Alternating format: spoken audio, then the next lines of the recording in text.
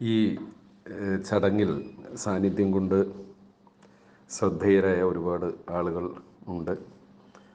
ഈ കൂട്ടായ്മ അതിൻ്റെ ലക്ഷ്യത്തിലേക്ക് കടക്കുന്നു എന്നുള്ളതിൻ്റെ തെളിവാണ് ഇതിപ്പോഴും നിലനിൽക്കുന്നു എന്നുള്ളതും ഇതുപോലെ നിരന്തരമായി പരിപാടികൾ സംഘടിപ്പിക്കുന്നു എന്നുള്ളതും. ഇത് കാലഘട്ടത്തിൻ്റെ ഒരു ആവശ്യമാണ്. സാഹിത്യ പ്രവർത്തനം എന്ന് പറയുന്നത് ഒരു സാംസ്കാരിക പ്രവർത്തനവും ഒരു വിദ്യാഭ്യാസ പ്രവർത്തനവുമാണ്. സമൂഹത്തിൽ ഇടപെടുന്നതിന് വേണ്ടി, സമൂഹത്തെ വിദ്യാഭ്യാസം ചെയ്യിക്കുന്നതിന് വേണ്ടി ഇത്തരം കൂട്ടായ്മകൾ സംഘടിപ്പിക്കുന്ന ഇതിൻ്റെ മുഴുവൻ അണിയറ ശില്പികളെയും അഭിവാദ്യം ചെയ്തുകൊണ്ട് പ്രൊഫസർ ONV കുറുപ്പിനെ അനുസ്മരിക്കാൻ ലഭിച്ച ഈ സന്ദർഭം ഏറെ സന്തോഷത്തോടെയും ബഹുമാന ആദരങ്ങളോടുകൂടിയും ഞാൻ ഏറ്റെടുക്കുകയാണ്.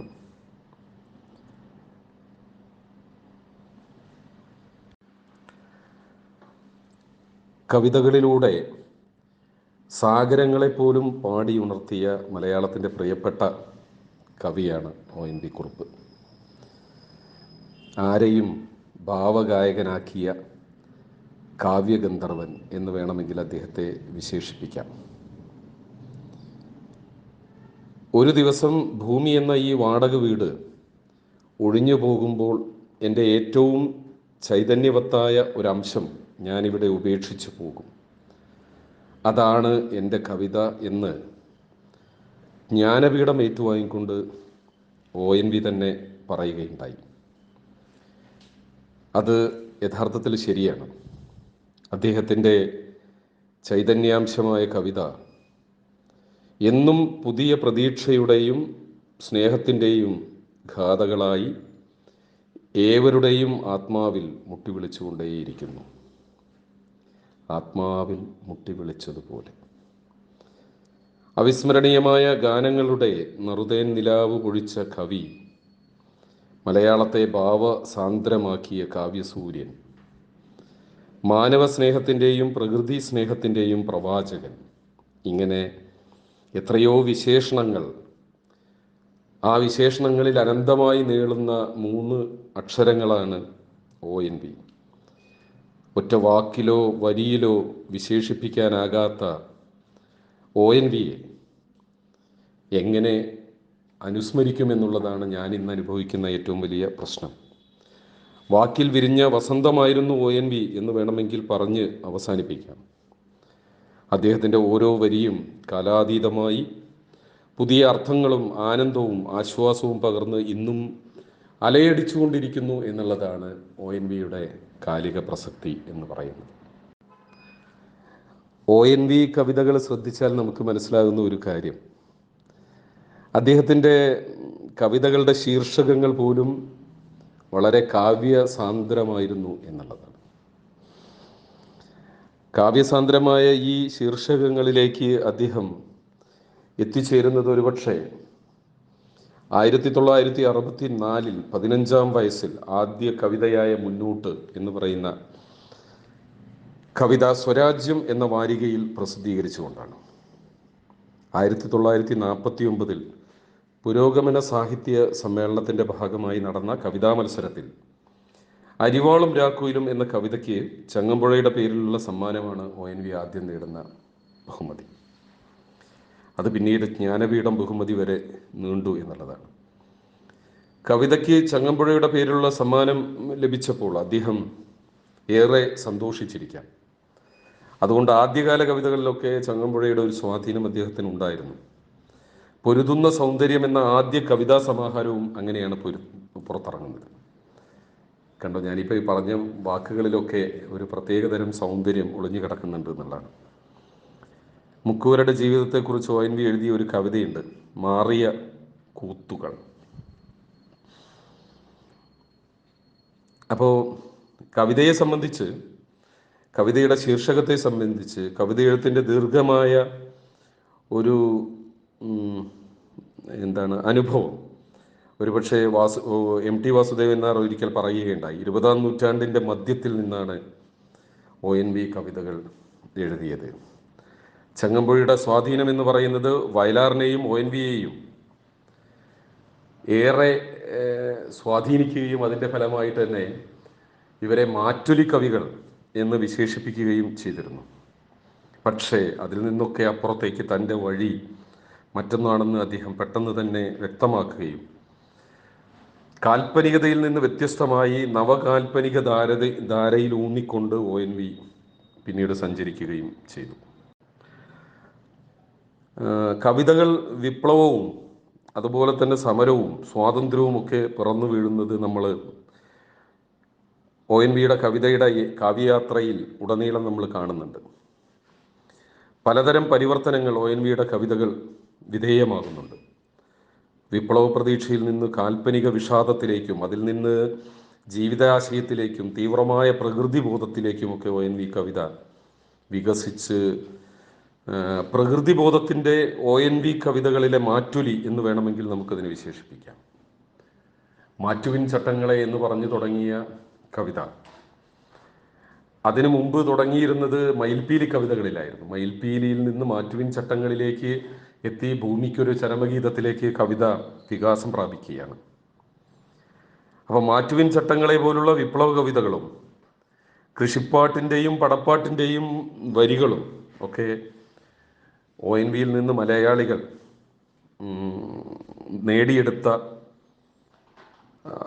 കവിതയുടെ മുത്തുകളാണ്. സമരത്തിൻ്റെ സന്തതികൾ, ഞാൻ നിന്നെ സ്നേഹിക്കുന്നു, ദാഹിക്കുന്ന പാനപാത്രം, ഒരു ദേവതയും 2 ചക്രവർത്തിമാരും, ഗാനമാല, നീലക്കണ്ണുകൾ, മയിൽപ്പീലി, പിന്നീട് അക്ഷരം, ഒരു തുള്ളി വെളിച്ചം, കറുത്ത പക്ഷിയുടെ പാട്ട്.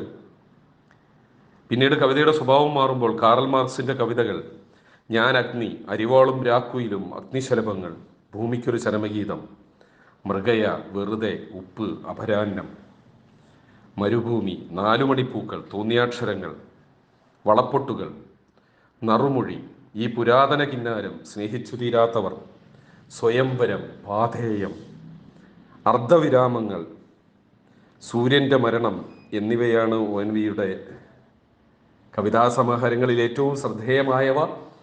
അവയുടെ പേരുകൾ സൂചിപ്പിക്കുന്നത് പോലെ തന്നെ അവയുടെ അർത്ഥപരിണാമങ്ങൾ, കാവ്യ വികാസത്തിൻ്റെ പരിണാമങ്ങൾ നമുക്ക് ആ കവിതയുടെ ടൈറ്റിലുകളിൽ നിന്ന്, തലക്കെട്ടുകളിൽ നിന്ന് തന്നെ കണ്ടെത്താൻ കഴിയും എന്നുള്ളതാണ്. ഇതിനിടയിൽ ഉജ്ജയിനി എന്ന് പറയുന്ന ഒരു കാവ്യാഖ്യായിക കൂടി, കാവ്യാഖ്യായിക എന്ന് പറയുമ്പോൾ ഒരു കവിതാ നോവൽ എന്ന് വേണമെങ്കിൽ വിശേഷിപ്പിക്കാവുന്ന ഒന്നുകൂടി അദ്ദേഹം എഴുതുകയുണ്ടായി. മനുഷ്യനും പ്രകൃതിയും ഭാഷയും ഒക്കെ ONV എന്ന ത്രയാക്ഷരത്തിൻ്റെ കാതലായിരുന്നു. മനുഷ്യൻ, പ്രകൃതി, ഭാഷ എന്നീ ആശയങ്ങൾ അതായിരുന്നു ONVയുടെ കവിതയുടെ ആകെ സത്ത എന്ന് വേണമെങ്കിൽ വിശേഷിപ്പിക്കുന്ന. മലയാളത്തിൻ്റെ വിശുദ്ധിയും സൗന്ദര്യവും ലോകമാകമാനം പരത്തിയ ONV ഭാഷയെ ഒരു പ്രകാശനാളമായി കരുതി എന്ന് കരുതാം. അതിനെ അങ്ങനെ കെടാതെ സൂക്ഷിച്ചു. ഭാഷയാണ് മനുഷ്യൻ്റെ സ്വാതന്ത്ര്യം എന്ന് ഉദ്ഘോഷിച്ച കവിയായിരുന്നു ONV. എത്ര സുന്ദരം, എത്ര സുന്ദരമെൻ്റെ മലയാളം, മുത്തുപവിഴങ്ങൾ കൊരുത്തൊരു പൊന്നുമൊഴി പോലെ, കൊഞ്ചലും കിളിമൊഴികളും പോൽ കഥകൾ പലതോതി, നെഞ്ചകത്തൊരു കുരുവളർത്തിയ കിളിമകൾ പാടി, എത്ര സുന്ദരം, എത്ര സുന്ദരമെൻ്റെ മലയാളം. അത് ONV പറയുമ്പോൾ മനുഷ്യന് ഭാഷ നശിക്കുന്നിടത്ത് മനുഷ്യന് സ്വത്വം നഷ്ടമാകുന്നുവെന്ന് അദ്ദേഹം വിശ്വസിച്ചു എന്ന് നമുക്ക് മനസ്സിലാക്കാം. മണിനാദം പോൽ മധുരം മുടെ മലനാട്ടിൻ മൊഴി മലയാളം.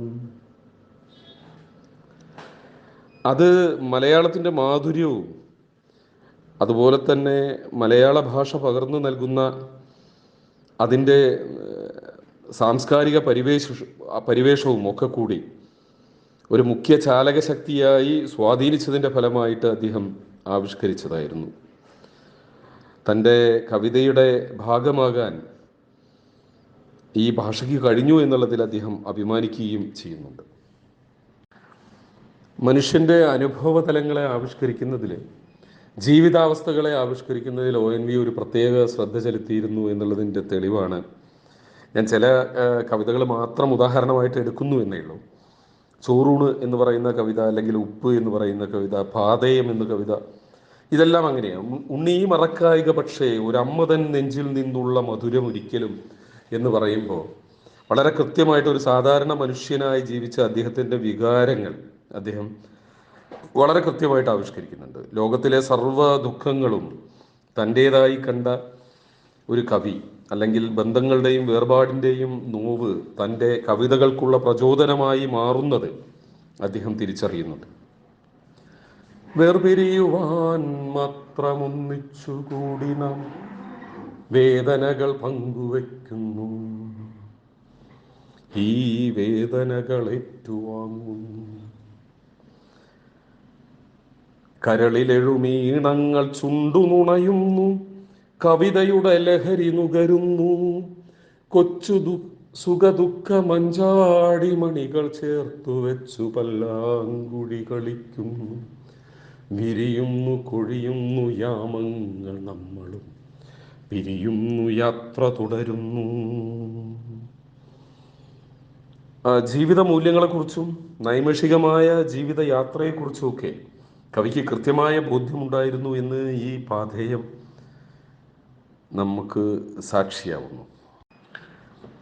അതുപോലെ തന്നെ ആന്തരിക സംഘർഷങ്ങളുടെ കണാക്കയങ്ങളിൽ അലിഞ്ഞ് അതിൽ നിന്ന് കുറുക്കിയെടുത്ത എക്കാലവും വളരെ പ്രസക്തമായ ആശയങ്ങളായിരുന്നു ONVയുടെ കവിതകൾ. വേദനിക്കലും വേദനിപ്പിക്കലും വേണം ഈ സ്നേഹബന്ധങ്ങൾ ഒഴിയിൽ. അതായിരുന്നല്ലോ വാടക വീട്ടിലെ വനജോത്സ്ന എന്ന കവിത നമ്മളോട് പറഞ്ഞത്. ഒരു തരി മണ്ണിൽ ഒരു തുള്ളി വെള്ളം തൂവാൻ അദ്ദേഹത്തിൻ്റെ ഹൃദയം എന്നും വെമ്പൽ കൊണ്ടിരുന്നു. പ്രകൃതിയും മനുഷ്യനും തമ്മിലുള്ള അനന്യമായ ബന്ധം ONV കവിതകളുടെ മുഖ്യ ഘടകമായിരുന്നു. മനുഷ്യൻ്റെ ചിന്താശേഷിയില്ലാത്ത പ്രവൃത്തികൾ, പ്രകൃതിയിലേൽപ്പിച്ച മുറിവുകൾ അദ്ദേഹത്തിൻ്റെ മനസ്സിനെയും നീറ്റിയിരുന്നു എന്ന് നമുക്ക് വളരെ കൃത്യമായിട്ട് കാണാം. പ്രശാന്ത് ചൊല്ലിയ ഇനിയും മരിക്കാത്ത ഭൂമി, നിന്നാസന്ന മൃതിയിൽ നിനക്കാത്മശാന്തി, ഇതു നിന്റെ എൻ്റെയും ചരമ ശുശ്രൂഷയ്ക്ക് ഹൃദയത്തിൽ എന്നേ കുറിച്ച ഗീതം. അത് അവസാനിക്കുന്നത് മുണ്ടിത ശിരസ്കയായി ഭ്രഷ്ടയായി നീ സൗരമണ്ഡല പെരുവഴിയിലൂടെ മാനഭംഗത്തിൻ്റെ മാറാപ്പുമായി സന്താന പാപത്തിൻ വിഴുപ്പുമായി പാതിയുമൊഴിഞ്ഞ മനസ്സിൽ അതിതീവ്രമാം വേദനകൾ തൻ ജ്വാല മാത്രമായി പോകുമിപ്പോക്കിൽ സിരകളിലൂടരിച്ചേറുകയല്ലീ കരാള മൃത്യു എന്നിങ്ങനെയാണ്. അത് ഭൂമിയെക്കുറിച്ചുള്ള കവിയുടെ ഈ നിലവിളി ആദ്യം ആരും പരിഗണിച്ചില്ലെങ്കിലും പക്ഷെ വളരെ കൃത്യമായിട്ട് ആളുകൾ തിരിച്ചറിഞ്ഞു എന്നുള്ളതാണ് അതിൻ്റെ ഒരു പ്രത്യേകത. കാരണം ആദ്യം ഭൂമിയുടെ യൗവനയുക്തയായ ഭൂമിയെ കാണെ കാണെ വയസ്സാകുന്നു മക്കൾക്കെല്ലാം എന്നാലമ്മേ, അല്ലേ, അമ്മയ്ക്കൊക്കെ വയസ്സാകുന്നു, പക്ഷേ അല്ല, മക്കൾക്കൊക്കെ വയസ്സാകുന്നു, എന്നാൽ അമ്മയ്ക്ക് താരുണ്യമാണ് എന്ന് പറഞ്ഞുകൊണ്ട് ഭൂമി എന്ന കവിതയിൽ നിന്ന് ONV തുടങ്ങുകയും ഭൂമിക്കൊരു ചരമഗീതത്തിൽ അവസാനിക്കുകയും ചെയ്യുന്നതാണ് ONVയുടെ കവിതയുടെ ഒരു പ്രത്യേകതയായിട്ട് നമ്മൾ കാണുന്നത്. പരിസ്ഥിതി എന്ന് പറയുന്ന സങ്കല്പത്തെ, അതിൻ്റെ ദർശനത്തെ വളരെ കൃത്യമായിട്ട് ONV കവിതകളിൽ ആവിഷ്കരിച്ചു എന്നുള്ളതാണ്. അതായത് ഒരു തൈ നടുമ്പോൾ പല തൈ നടുന്നു, പല തൈ നടുന്നു, പല തണൽ നടുന്നു എന്ന് പറഞ്ഞ ONV അദ്ദേഹത്തിൻ്റെ ഉള്ളിൽ എത്രത്തോളം പ്രകൃതിബോധം മുറ്റി നിന്നിരുന്നു എന്ന് മനസ്സിലാക്കാൻ ഈ ഒരു കുറച്ച് വരികൾ തന്നെ ധാരാളമാണ്. അതീവ ഗൗരവമുള്ള ഈ പ്രകൃതിയെ തന്നെ മുന്നോട്ട് നയിക്കേണ്ടതായ വസ്തുതകളെക്കുറിച്ച് അത്യന്തം സത്യസന്ധമായിട്ട് എഴുതുകയും അതിനോട് പ്രതികരിക്കുകയും ഒക്കെ ചെയ്തിരുന്ന, നിരന്തരമായ ജാഗ്രത പുലർത്തിയിരുന്ന, കറ പുരളാത്ത സ്നേഹം കാത്തു സൂക്ഷിച്ചിരുന്ന കവിയാണ് ONV. അതുകൊണ്ട് എന്നെന്നും വിടർ കണ്ണാൽ കാണട്ടെ നിന്നെ, സ്നേഹമെന്ന സത്യമേ നിന്നെ സ്നേഹിപ്പേ നീയൻ പാതി എന്നാണ് ONV ആ സ്നേഹധാരയെക്കുറിച്ച്, ആ പ്രകൃതിധാരയെക്കുറിച്ച് പറയുന്നത്. കവിത പോലെ തന്നെ വളരെ കൃത്യമായിട്ടുള്ള ഗാനങ്ങളും, സിനിമാ ഗാനങ്ങളായാലും നാടക ഗാനങ്ങളായാലും ONVയുടെ പ്രത്യേകതയാണ്. എത്ര പറഞ്ഞാലും തീരില്ല, എത്ര മണിക്കൂറുകൾ വേണമെങ്കിലും സംസാരിച്ചാൽ തീരാത്ത അത്രയും ബൃഹത്തായ ഒരു ആശയമാണ് ONVയുടെ കാവ്യലോകം എന്ന് പറയുന്നത്. നാടകഗാനങ്ങളുടെ വഴിയെ കവിതയും പാട്ടും തമ്മിലുള്ള അകലമില്ലാതാക്കി എന്നുള്ളതാണ് ONVയുടെ ഒരു പ്രത്യേകത എന്ന് ഡോക്ടർ ലീലാവതി അഭിപ്രായപ്പെട്ടിട്ടുണ്ട്.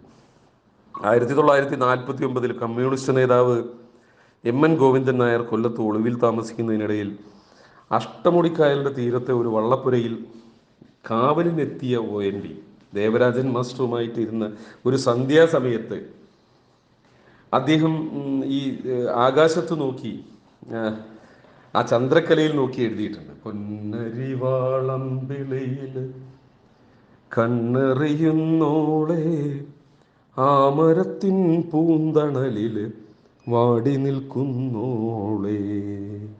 ഈ കവിതയാണ് പിന്നീട് കേരളം എന്ന പത്രത്തിനായി ഇരുളിൽ നിന്നൊരു ഗാനം എന്ന പേരിൽ വളരെ വിപുലീകരിച്ച് എഴുതുകയും 1951 കൊല്ലം SN കോളേജിലെ AKGക്ക് നൽകിയ സ്വീകരണത്തിൽ ദേവരാജൻ ഈണം പകർന്ന് പാടുകയും ചെയ്തത്.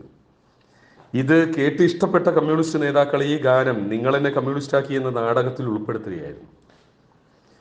അത് KPSC എന്ന് പറയുന്ന നാടക സംഘത്തിന് വേണ്ടി 30 നാടകങ്ങൾക്ക് വേണ്ടി 140 ഗാനങ്ങളാണ് ONV കുറുപ്പ് രചിച്ചത്. അതും ആ കാലത്ത് എന്നുള്ളത് ഏറെ ശ്രദ്ധേയമായ ഒരു സംഭാവനയായിട്ട് നമ്മളതിനെ കരുതണം.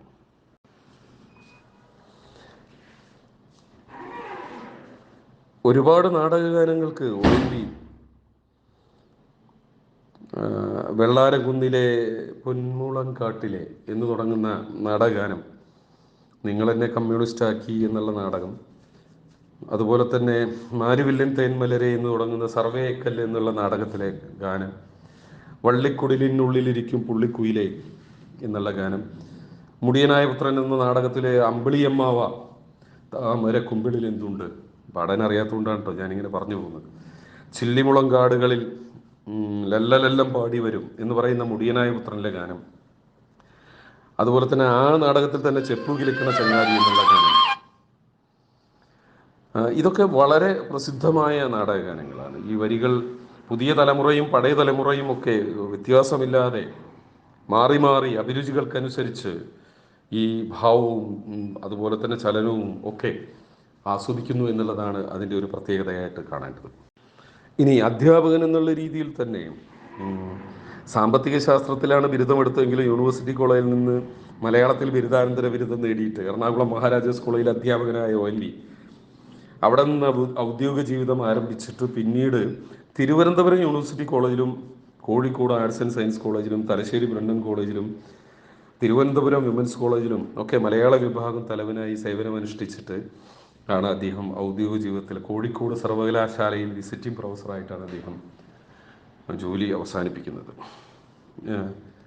പത്രാധിപത്യം ONVയെ സംബന്ധിച്ചിടത്തോളം വളരെ മനോഹരമായിട്ട് കൈകാര്യം ചെയ്തിരുന്നു. കേരള കലാമണ്ഡലത്തിൻ്റെ ചെയർമാനായിരുന്നു, കേന്ദ്ര സാഹിത്യ അക്കാദമി അംഗമായിരുന്നു, കേരള സാഹിത്യ അക്കാദമി അംഗമായിരുന്നു, തത്തമ്മ പോലെയുള്ള പ്രസിദ്ധീകരണത്തിൻ്റെ, കുട്ടികളുടെ മുഖ്യ പ്രസിദ്ധീകരണത്തിൻ്റെ പത്രാധിപരായിരുന്നു. പത്മശ്രീ പത്മവിഭൂഷൺ ബഹുമതികളൊക്കെ അദ്ദേഹത്തിന് ലഭിച്ചു. എഴുത്തച്ഛൻ പുരസ്കാരം, ചങ്ങമ്പുഴ തുടങ്ങി പുരസ്കാരങ്ങളുടെ നിറവിലായിരുന്നു. ആശാൻ പുരസ്കാരം അടക്കമുള്ള, വയലാർ രാമവർമ്മ വയലാർ പുരസ്കാരം അടക്കമുള്ള എല്ലാ പുരസ്കാരങ്ങളും അദ്ദേഹത്തിന് ലഭിക്കുകയുണ്ടായി. ഇനി കവിയുടെ ഒരു രാഷ്ട്രീയ തലത്തെക്കുറിച്ച് പറയുമ്പോൾ, കൃത്യമായ രാഷ്ട്രീയം കൊണ്ടു നടക്കുമ്പോഴും രാഷ്ട്രീയത്തിന് അതീതമായ നിലപാടുകളും സൂക്ഷിച്ച വ്യക്തിയായിരുന്നു ONV എന്ന് പറയാം. ആ രാഷ്ട്രീയ നിലപാടുകൾ അദ്ദേഹത്തിൻ്റെ അവസാനം വരെയുള്ള കവിതകളിലും പ്രകടമായിരുന്നു. മാറി മാറി വരുന്ന ഓരോ സാഹചര്യങ്ങളിൽ വ്യക്തമായ രാഷ്ട്രീയ കാഴ്ചപ്പാട് അദ്ദേഹം വെച്ച് പുലർത്തി. അത് കവിതകളിലേക്ക് അദ്ദേഹം പകർത്തി. ആരും മിണ്ടാൻ ധൈര്യപ്പെടാത്ത വിഷയങ്ങൾ പോലും തൻ്റേതായ ആശയം കൈക്കൊള്ളുകയും അത് തുറന്നു പറയുകയും അദ്ദേഹം ചെയ്തു.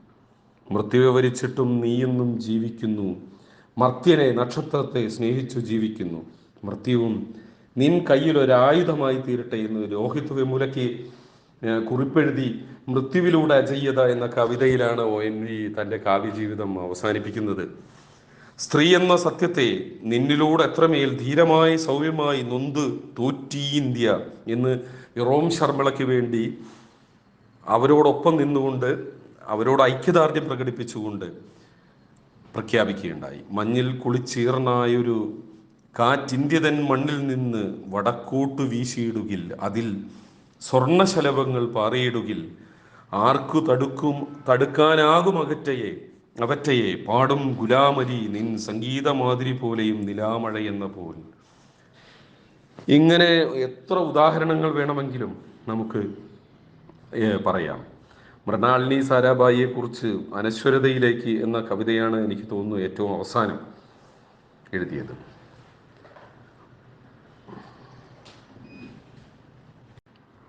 കവിത എന്നും അനർഘളമായി ONVയുടെ മനസ്സിലുണ്ട് എന്നുള്ളതാണ് ഏറ്റവും പ്രധാനം. മികച്ച ഗാനരചനയ്ക്കുള്ള സംസ്ഥാന പുരസ്കാരം അദ്ദേഹം വൈശാലിയിലെ ഗാനങ്ങളുടെ പേരിൽ വളരെ കൃത്യമായിട്ട് ദേശീയ പുരസ്കാരം അടക്കം ഗാനരചനയ്ക്കുള്ള അവാർഡുകൾ അദ്ദേഹം ഒരുപാട് വാങ്ങുകയുണ്ടായി. ഉജ്ജയിനി എന്നുള്ള കാവ്യസമാഹാരം, അതുപോലെ സ്വയംവരം, കവിഹൃദയം മലയാളത്തിൻ്റെ തനതായ കാവ്യസ്മരണയെ വീണ്ടെടുത്തു.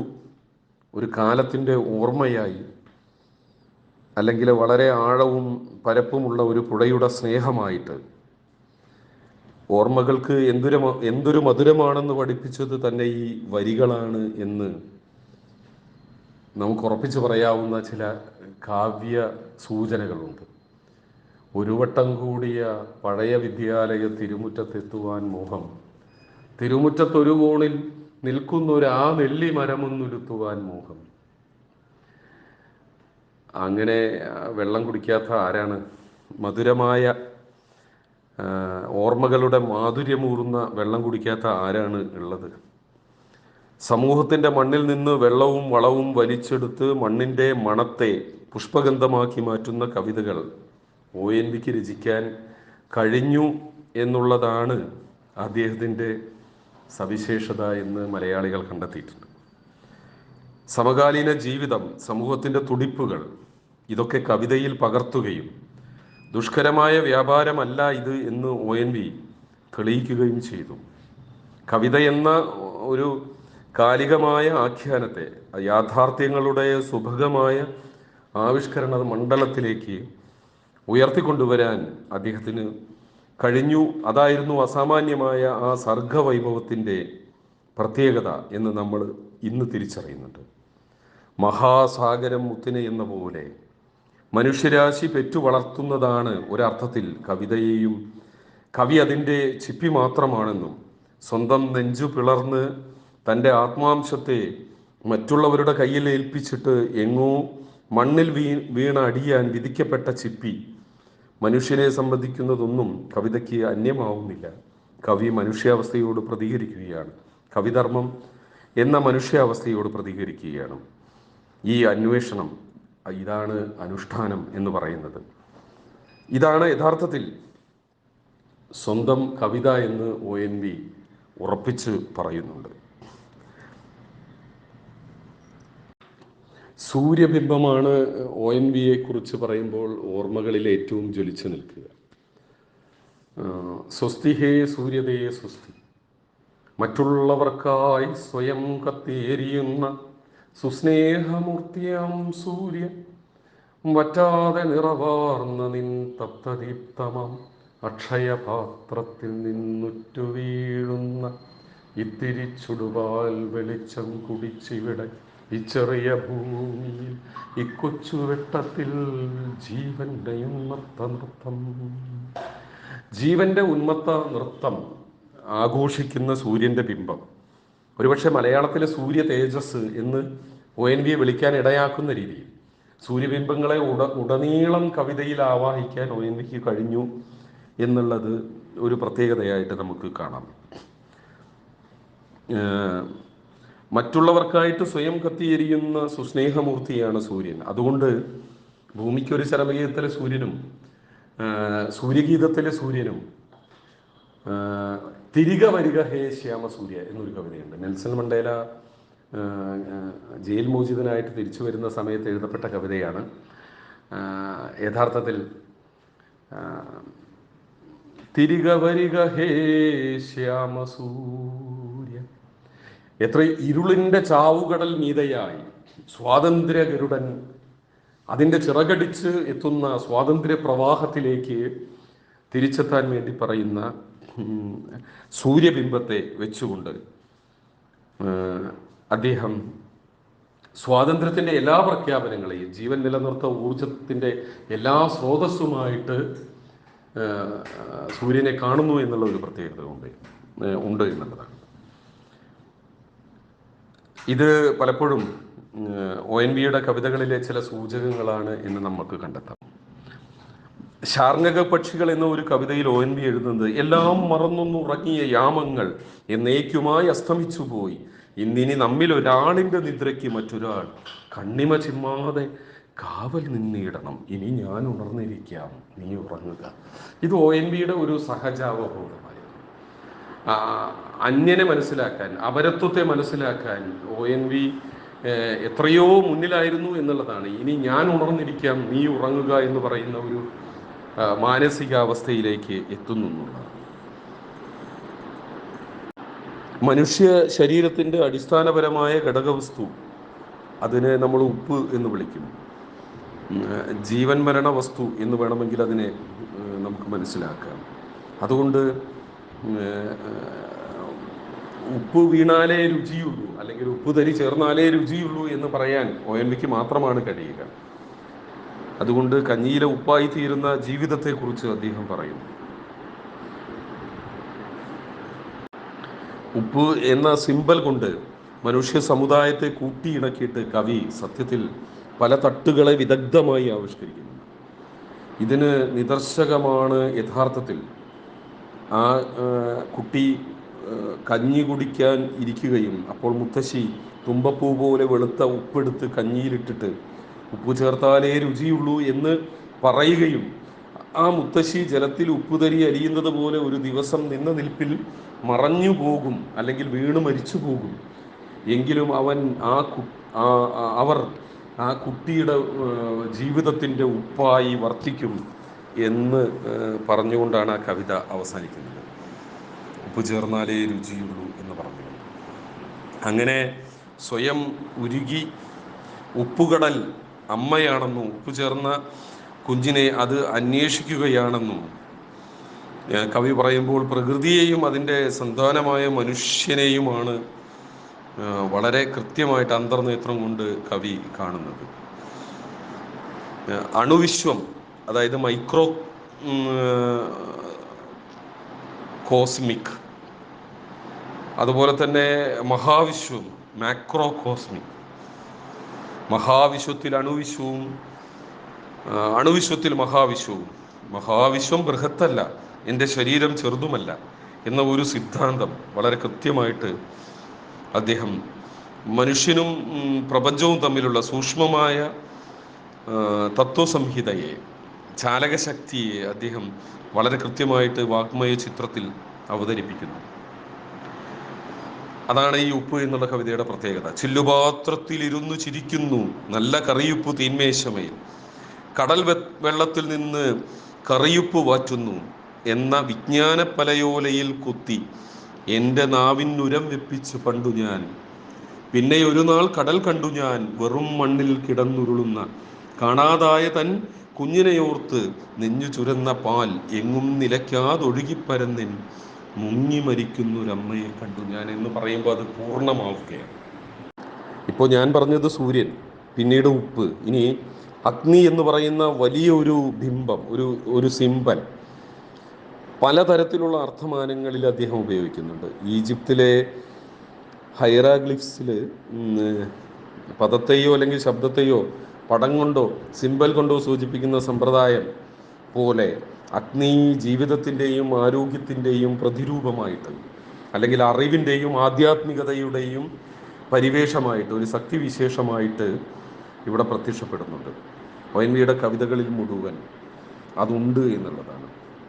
നാശത്തിൻ്റെയും പുനരുജ്ജീവനത്തിൻ്റെയും ഹേതുവായിട്ട് അഗ്നി ദർശിക്കപ്പെടുന്നുണ്ട്. അത് ചിലപ്പതികാരത്തിൻ്റെ കർത്താവായ ഇളങ്കോവടികളെ ആഹ്വാനം ചെയ്തുകൊണ്ട് കണ്ണകി എന്നുള്ള കവിതയിൽ അദ്ദേഹം പറയുന്നുണ്ട്: വീണ്ടും ഇളങ്കോ തിരുവടികളെ വരൂ, തിരുനരായത്താൽ ഇവളുടെ കത്തും മൊഴി പകർത്തുക, ഇവളെരിക്കും ഈ പുരങ്ങൾ കാണുക. അപ്പൊ നെറുകേടിന്റെ എല്ലാ സിംഹാസനങ്ങളെയും കരിച്ചു ചാമ്പലാക്കുന്ന അഗ്നി സ്ഥിതി സമത്വത്തിന്റെ ഊർജം എന്നുള്ള രീതിയിലാണ് അദ്ദേഹം ആവിഷ്കരിക്കുന്നത്. കണ്ണകിയിൽ നിന്ന് വികസിച്ചു കൊണ്ടുവരുന്ന ഈ ഇമേജ് പല കവിതകളിലും പല രീതിയിൽ ആവിഷ്കരിക്കുന്നു എന്നുള്ളതാണ് ഒരു പ്രത്യേകത. ഒരുപക്ഷെ പരിവർത്തനം, ജീർണത, മരണം, അങ്ങനെ മനുഷ്യൻ്റെ സ്ഥിരതയെ വെല്ലുന്ന പലതിനെയും അദ്ദേഹം ഇതിലൂടെ, അതുപോലെ തന്നെ ആവിഷ്കരിച്ച മറ്റൊരു ബിംബമാണ് കല്ല്. സർഗാത്മകതയുടെ ഒരു ഘനീഭവിച്ച രൂപം എന്നുള്ള രീതിയിൽ കല്ലിനെ പല കവിതകളിലും ആവിഷ്കരിക്കുന്നുണ്ട്. ആരുണ്ടിവൾക്കുയിർ നൽകുവാൻ, ഈ ശിലാപാളികളെ ചാരുശില്പങ്ങളാക്കുവാൻ. അങ്ങനെ കണ്ണകിയിലായാലും അഹല്യയിലായാലും അഗ്നിയാണൻ ദേവത എന്ന് കവി വളരെ അസഗ്നിഗ്ധമായിട്ട് പ്രഖ്യാപിക്കുകയാണ്.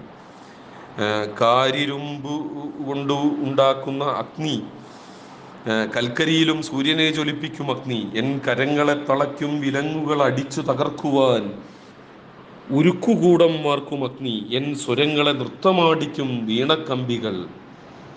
അങ്ങനെ അഗ്നിയിൽ നിന്ന് മരണത്തെ ഇല്ലാതാക്കിക്കൊണ്ട് അക്ഷരങ്ങളുടെ അരണിയിൽ കടഞ്ഞെടുത്ത അഗ്നിയെക്കുറിച്ച് ONV തൻ്റെ കവിതകളിൽ ഉടനീളം പാടുന്നു, പറയുന്നു. സാന്താൾ നർത്തകർ എന്ന കവിതയിൽ ആടുന്നു, സാന്താൾ നർത്തകരാടുന്നു എന്ന് പറയുമ്പോൾ കാടുകളുടെ കരളുമിടിപ്പതു കാണുന്നു ഞാൻ എൻ മുന്നിൽ എന്നാണ്. അങ്ങനെ ലയാത്മകമായ കലാരൂപം എന്നുള്ള രീതിയിൽ നൃത്തം, നടനം, അത് സൃഷ്ടിക്കുന്ന ഒരു ചടുലത, അതിൻ്റെ വശ്യത, ഇതെല്ലാം ഒരു ഊർജസങ്കല്പം പോലെ ഇമേജുകളായിട്ട് ONV-യുടെ കവിതകളിൽ അങ്ങോളം ഇങ്ങോളം സംഗീതത്തിൻ്റെ താളം പിടിച്ചുകൊണ്ട് വരുന്നു എന്നുള്ളതാണ്. എൻ്റെ മകുടിയുടെ മൃത്യുഞ്ജയ മന്ത്രമായി തീരുന്നു ഞാനും എൻ ഗാനവും എന്ന് പറയുന്ന ONV ഇടയ്ക്കിടയ്ക്ക് ഞാനൊരു ഗായകനാണെന്ന് ഇടയ്ക്കിടയ്ക്ക് പറയുന്നുണ്ട് പല കവിതകളിലും. ഭൂമിയും ആകാശവും, സൂക്ഷ്മജഗത്തും മഹാവിശ്വവും, സത്യവും മഹാസത്യവും അങ്ങനെ തമ്മിൽ യോജിക്കുന്നതിനെ കുറിച്ച് അദ്ദേഹം പറഞ്ഞുകൊണ്ടേയിരിക്കുന്നു എന്നുള്ളതാണ്. ആടുന്നു, സാന്താൾ നർത്തകരാടുന്നു എന്ന് പറയുന്ന പോലെ പാടിയതിൻ പൊരുളുകൾ പാഴായി പാടണമെന്നോ വീണ്ടും എന്നൊക്കെ പറയുന്ന തരത്തിൽ ONV തൻ്റെ കാവ്യപ്രപഞ്ചത്തെ ആവിഷ്കരിക്കുന്നത് നമ്മൾ കണ്ടെത്തേണ്ടിയിരിക്കുന്നു. ഇത്തരത്തിൽ ONV-യുടെ കാവ്യപ്രപഞ്ചത്തിലെ ഏത് വിഷയത്തെക്കുറിച്ച് വേണമെങ്കിലും നമുക്ക് മണിക്കൂറുകളോളം സംസാരിക്കാമെന്നുള്ളതാണ് പ്രത്യേകത. കോസ്മിക് എനർജിയെക്കുറിച്ച് പറയുന്ന ONV പ്രപഞ്ചത്തിലെ നടക്കാവുന്ന പുതിയ വിപ്ലവത്തെക്കുറിച്ച് പോലും വളരെ കൃത്യമായിട്ടുള്ള ആവിഷ്കാരമുണ്ട്. അതേസമയം വളരെ റൊമാൻറ്റിക്കായിട്ട് ആതിരനിലാവ് പോൽ വെണ്മയുറ്റുവർ, തിരുവാതിരത്താരം പോലെ തീപ്പൊരി നിറമുള്ളൂ എന്നൊക്കെ പറയുമ്പോൾ അതിൻ്റെ ഒരു ആകുലതകളുടെ പ്രശ്ന പരിസരങ്ങളെ കൂടി വളരെ കൃത്യമായിട്ട് ONV ആവിഷ്കരിക്കുന്നു. നിന്റെ നോട്ടങ്ങളാം കണ്ണാം തളികളെ, നിൻ കണ്ണിൻ ദണ്ണച്ചുവപ്പിൻ്റെ പൂക്കളെ, നീ ഏതു കോവിലിലോ പോയി തൊഴുതു വന്നേകിയ മഞ്ഞൾ പ്രസാദമാം തെച്ചി എന്നിങ്ങനെ പ്രകൃതിയിലെ എല്ലാ സൗന്ദര്യത്തെയും ആവിഷ്കരിക്കുകയും അത് ഓരോ വ്യക്തിയിലും ഉണ്ടാക്കുന്ന പ്രണയകാമനകളടക്കമുള്ള എല്ലാ വൈകാരിക അവസ്ഥകളെയും ചിത്രീകരിക്കുകയും ചെയ്യുന്നു എന്നുള്ളതാണ് ചില പ്രത്യേകതകളായിട്ട് നമ്മൾ കണ്ടെത്തേണ്ടത്. പൂക്കൾ, അതുപോലെ തന്നെ പക്ഷികൾ, പ്രകൃതിയിലെ ദൃശ്യങ്ങൾ, ഇതെല്ലാം വളരെ കൃത്യമായിട്ട് ONV-യുടെ കവിതകളിൽ ഉടനീളം കാണാം. എനിക്ക് തോന്നുന്നു ഒരുപാട് വൈകിപ്പോയി, ഞാൻ ഒരുപാട് അധികം സംസാരിച്ചു എന്നെനിക്ക് തോന്നുന്നു. പ്രകൃതിയെയും സ്ത്രീയെയും സമഭാവനയോടെ വീക്ഷിക്കുകയും പ്രകൃതിക്ക് മേലേൽക്കുന്ന ആഘാതങ്ങൾ സ്ത്രീപക്ഷത്തിനേൽക്കുന്ന ആഘാതങ്ങളാണെന്ന് തിരിച്ചറിയുകയും ചെയ്ത കവിയാണ്. ഉദാഹരണങ്ങൾ ഇഷ്ടം പോലെയുണ്ട്. പെങ്ങളാണെങ്കിലും കുഞ്ഞേടത്തിയാണെങ്കിലും അമ്മയാണെങ്കിലും കോതമ്പ് മണികളാണെങ്കിലും ഒക്കെ പൂവായി വിരിഞ്ഞു പുഴുതിന്ന് തീർപ്പവളാണ് സ്ത്രീ എന്നും ചന്ദനം പോലെ അരഞ്ഞ് അകിൽ പോലെ പുകഞ്ഞ് അന്യൻ്റെ ദുഃഖം കാക്ഷിക്കുന്നവളാണ് അവൾ എന്നും ക്രൂരമായ ജീവിതരംഗങ്ങളിൽ മാരനെയോ മണാളനെയോ അല്ല അവൾ തേടുന്നതെന്നും തൻ്റെ മാനം കാക്കാൻ കെൽപ്പുള്ള ഒരു ആങ്ങളെയാണ് അല്ലേ. പേരറിയാത്തൊരു പെൺകിടാവേ നിന്റെ നേരറിയുന്നു ഞാൻ പാടും. കോതമ്പക്കതിരിൻ്റെ നിറമാണ് പേടിച്ച പേടമാൻ മിഴിയാണ്. കയ്യിൽ വളയില്ല കാലിൽ കൊലുസില്ല മെയ്യിലലങ്കാരമൊന്നുമില്ല. ഏറുന്ന യൗവനം മാടി മറയ്ക്കുവാൻ കീറിത്തുടങ്ങിയ ചേലയാണ്.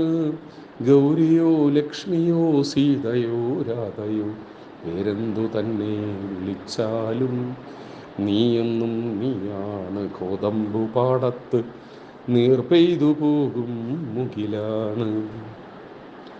അങ്ങനെ ഇന്ത്യൻ ഭൂപടത്തിനകത്ത് അടയാളപ്പെടുത്തിയ സ്ത്രീകളുടെ പ്രതിസന്ധി വളരെ ജാഗ്രവത്തായിട്ട് എല്ലാ സമീപകാല സംഭവങ്ങളെയും ആവിഷ്കരിച്ചുകൊണ്ട് അങ്ങനെ അദ്ദേഹം ആവിഷ്കരിക്കുന്നുണ്ട്. അപ്പോൾ അത് നമ്മൾ തിരിച്ചറിയണം. കറുത്തപക്ഷിയുടെ പാട്ട് പോലെയുള്ള കവിതകൾ, അടിമകൾ ഞങ്ങൾക്ക് പകൽ വെളിച്ചത്തിൻ്റെ അമൃതം നിഷേധിക്കുവോരെ, ഉയരും പുകഞ്ഞു പോവും ഇരുളിൻ ഖനിയിൽ വീണ് ഉരുകും ഈ ചോരയിൽ നിന്നും ഒരു തീപ്പൊരി ഉതിരും, അതിൽ നിന്ന് സൂര്യജ്വാലയുദിക്കും, ഇവിടെ ഈ കുരിശിൽ നിന്നവരുടെ സ്വാതന്ത്ര്യ സവിത ഉയർത്തെഴുന്നേൽക്കും. അങ്ങനെ ഒരു പുതിയ പ്രതീക്ഷയുടെ ലോകത്തെ അവശേഷിപ്പിച്ചുകൊണ്ട് ആണ് ONV തൻ്റെ കവിതകൾ അവസാനിപ്പിക്കുന്നത്. അപരൻ്റെ മൊഴി സംഗീതമായി വരുന്ന നാളെക്കുറിച്ചുള്ള പ്രതീക്ഷകളായിരുന്നു ONVയുടെ കവിതകൾ എന്ന് നമുക്ക് പറയാം. ആ ഒരു ശാശ്വത ലോകത്തിന് വേണ്ടിയുള്ള പ്രതീക്ഷകളോടുകൂടി ONVയെയും അദ്ദേഹത്തിൻ്റെ കവിതകളെയും സ്മരിച്ചുകൊണ്ട് ഇങ്ങനെ ഒരു അവസരം തന്നതിൽ നന്ദി രേഖപ്പെടുത്തിക്കൊണ്ട് എല്ലാവരോടും നന്ദി രേഖപ്പെടുത്തിക്കൊണ്ട് ഹൃദയപക്ഷത്തെ ഇടതുപക്ഷത്തെ ഹൃദയത്തോട് ചേർത്ത് നിർത്തിക്കൊണ്ട് നിർത്തുന്നു. നന്ദി, നമസ്കാരം.